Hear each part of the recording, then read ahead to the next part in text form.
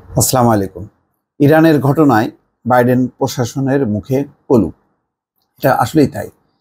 যেমন এর আগে ঘটনা যখন ঘটেছিল, যখন নাকি ইরান পাল্টা জবাব দিয়েছিল, তখন ওই সময়ের মধ্যেই কিন্তু নেতানিয়াহু এবং জো বাইডেন টেলিফোনে আলাপ করেছেন। তারপরে তাদের কি গভীর উদ্বেগ, উৎকণ্ঠা, এবং তারপর তো ইরানের উপর আবার নিষেধাজ্ঞাও দেওয়া হলো, অনেক কিছুই করা হলো।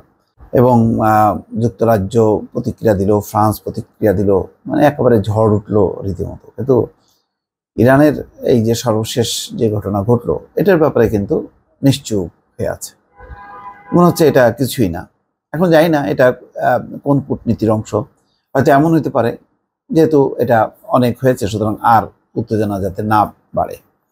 এখানে বলা হচ্ছে, যুক্তরাষ্ট্র সরকারের বিভিন্ন সংস্থার কর্মকর্তারা বলছেন শুক্রবার ভোরে ইরানের যে ঘটনা, তাতে তাদের প্রকাশ্যে মন্তব্য না করার নির্দেশ দেওয়া হয়েছে। মার্কিন প্রেসিডেন্ট জো বাইডেন প্রশাসন থেকে এমন নির্দেশনা দেওয়া হয়েছে, এবং ওই দুই দেশের মধ্যে উত্তেজনাকে কেন্দ্র করে যেন সহিংসতা না ছড়ায় তা নিশ্চিত করার চেষ্টা করছে বিভিন্ন দেশ। এরই মধ্যেই যুক্তরাষ্ট্রের কর্মকর্তাদেরও চুপ থাকার খবরটি সামনে এলো। হোয়াইট হাউসের জাতীয় নিরাপত্তা পরিষদের কর্মকর্তা, প্রতিরক্ষা দপ্তর, পররাষ্ট্র দপ্তর এবং অন্য সংস্থার কর্মকর্তারা এই অভিযান নিয়ে মন্তব্য করতে অস্বীকৃতি জানিয়েছেন। তাদের কেউ কেউ বলেছেন, এই প্রসঙ্গে কথা না বলার জন্য সরকারিভাবে নির্দেশ পেয়েছেন তারা।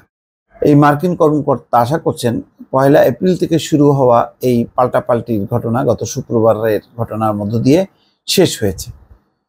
অর্থাৎ প্রায় 2 সপ্তাহ ধরে বা 2 সপ্তাহ বেশি সময় যে ঘটনা পাল্টাপাল্টি, তাতে ইরানের ইস্পাহান যেই শহরে মধ্যে যেই ঘটনা ঘটলো, তার মধ্য দিয়ে শেষ হয়েছে। তো আসলে কি শেষ হয়?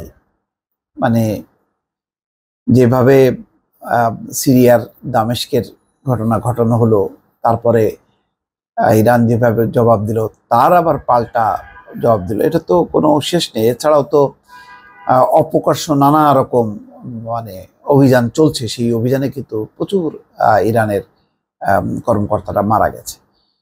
তো এখন এই চুপ থাকার মধ্য দিয়ে ঠান্ডা করতে পারবে কিনা? অন্য পক্ষকে তো ঠান্ডা করতে হবে। তারা কি গাজায় আর অভিযান চালাবে না?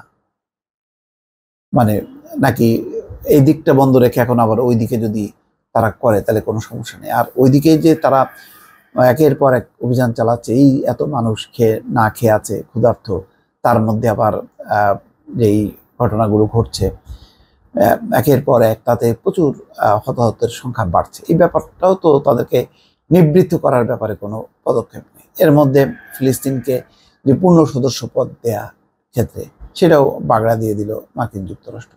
তো সুতরাং একটা বড় দেশ, শক্তিধর দেশ, তার যে আরও একটা সক্রিয় কার্যকর ভূমিকা, সেটা তো দেখা যায় না।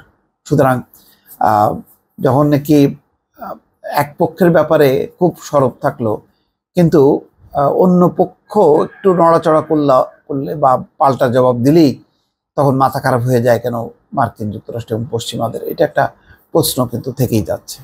দর্শক, ভালো থাকবেন। আল্লাহ হাফেজ।